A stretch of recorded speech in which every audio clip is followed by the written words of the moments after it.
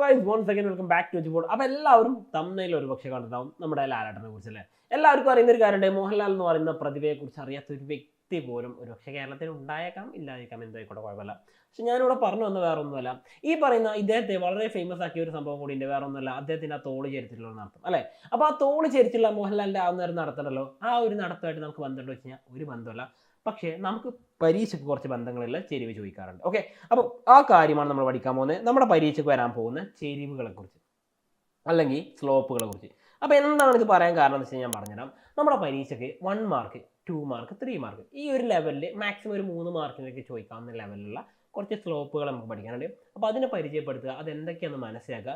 പരീക്ഷയ്ക്ക് 1 മാർക്കിന് objective type questions 10 എണ്ണം ചോദിക്കും, 8 എണ്ണം എഴുതിയാൽ മാത്രം മതി, 8 മാർക്ക് കിട്ടും. അപ്പോൾ അതിലെ 1 മാർക്ക് ഇതാ ഇവിടെ നിന്നായിരിക്കും, ആ സ്ലോപ്പാണ് നമ്മൾ നോക്കാൻ പോകുന്നത്.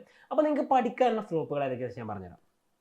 ഒന്നാമത്തെ ബജറ്റ് ലൈൻ്റെ സ്ലോപ്പാണ്. ഈ ബജറ്റ് ലൈൻ എന്ന് പറഞ്ഞാൽ നിങ്ങൾ പഠിച്ചിട്ടുണ്ടാവും. ബജറ്റ് ലൈൻ എന്ന് പറഞ്ഞു കഴിഞ്ഞാൽ നമ്മൾ നേരത്തെ പഠിച്ചിട്ടുള്ള ഈ ഒരു സംഗതിയിൽ നമ്മൾ എക്സും വൈയും വെച്ച് വരക്കും, എന്നിട്ട് നമ്മൾ അവിടെ ഒരു ലൈൻ വരക്കും. ഈ പറയുന്ന ബജറ്റ് ലൈൻ ഇതിൻ്റെ സ്ലോപ്പ് എത്രയാണ് പരീക്ഷയ്ക്ക് ചോദ്യം വന്നു കഴിഞ്ഞാൽ നിങ്ങൾ പഠിച്ചിട്ടുള്ളൂ.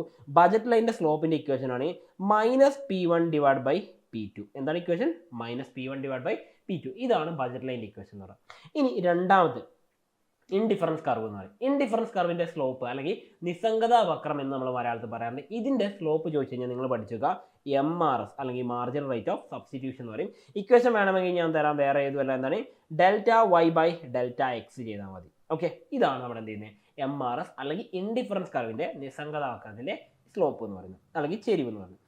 ഇനി മൂന്നാമത്തത് ആവറേജ് ഫിക്സഡ് കോസ്റ്റ്. ഇങ്ങനെ ഒരു പേര് പറഞ്ഞാൽ എല്ലാവർക്കും അറിഞ്ഞുകൊള്ളുന്നില്ല, പക്ഷേ AFC കർവിൻ്റെ സ്ലോപ്പ് ഏതാ എന്ന് ചോദിച്ചു കഴിഞ്ഞാൽ ഏത് ഉറക്കത്തിലും പറയാൻ പറ്റുന്ന ലെവലിൽ നിങ്ങൾ പഠിച്ചിട്ടുണ്ടാവും. അതിന് നമ്മളൊരു പേര് പറയില്ലേ, ഏതാണ് ആ പേര് എന്ന് വെച്ച് കഴിഞ്ഞാൽ അല്ലെങ്കിൽ AFCയുടെ സ്ലോപ്പ്. ഓക്കെ, ഈ പറഞ്ഞ ആവറേജ് ഫിക്സഡ് കോസ്റ്റ് മലയാളത്തിൽ പറയുകയാണെങ്കിൽ ശരാശരി സ്ഥിര ചെലവിൻ്റെ ആ സ്ലോപ്പ് ചെരിവിന് നമ്മളൊരു പേര് പറയും. അത് ഏതാണെന്ന് വെച്ച് കഴിഞ്ഞാൽ നിങ്ങൾ തൊട്ടതായ വീഡിയോയുടെ കമൻറ്റ് ചെയ്യാം.